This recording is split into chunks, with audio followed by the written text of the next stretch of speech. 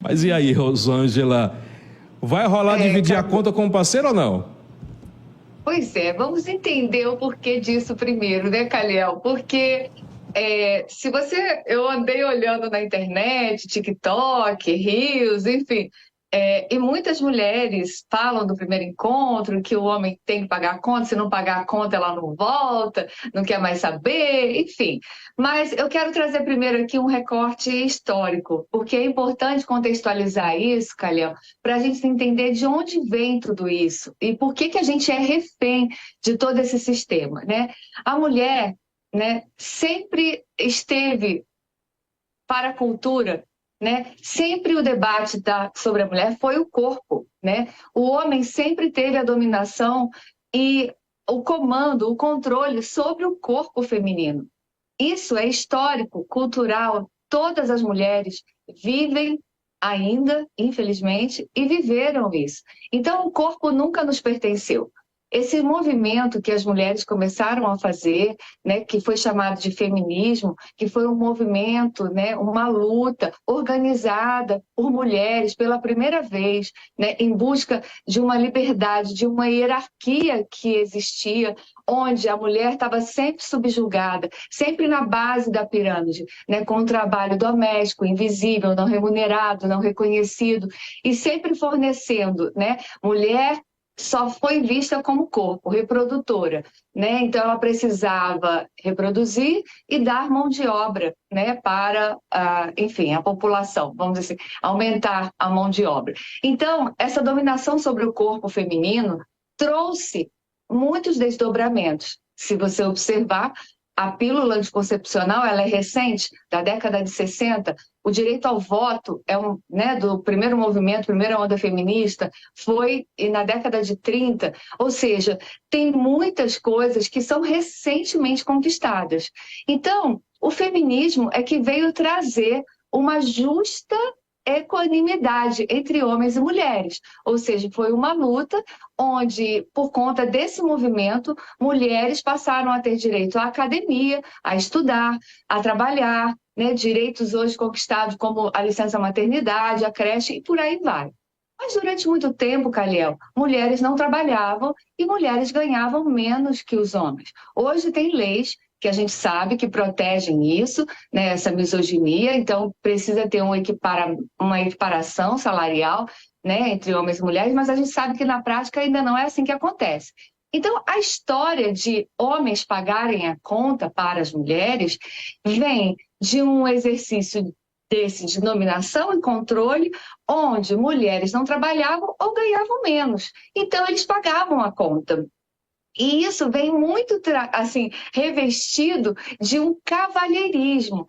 O cavalheirismo nada mais é de uma forma sofisticada de domínio do masculino sobre o feminino.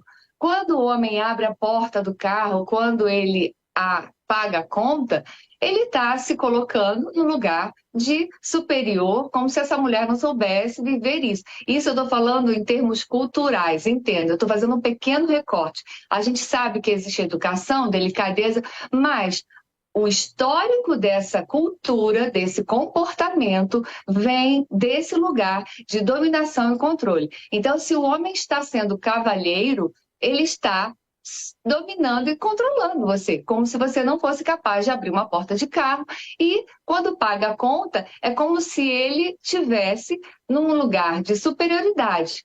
Ou seja, na psique masculina já está moldado, e da feminina também, né, que o homem é o provedor, é o homem que precisa bancar esse lugar para ter, de alguma forma, um lugar garantido e o domínio sobre esse feminino. O que que acontece? Como a mulher sempre foi vista como um corpo, um produto, um objeto, né, de desejo a ser conquistado, esse lugar, quando o homem vai pagar a conta, ela nada mais fica é, que nesse lugar até engasguei, né? De produto. Ou seja, eu ouvi alguns discursos, eu ouço, de mulheres que falam assim: Poxa, mas eu me produzi toda. Eu gastei dinheiro com salão, depilação, roupa nova, sapato, né, perfume, para ir encontrar com esse homem e ele não vai pagar a conta?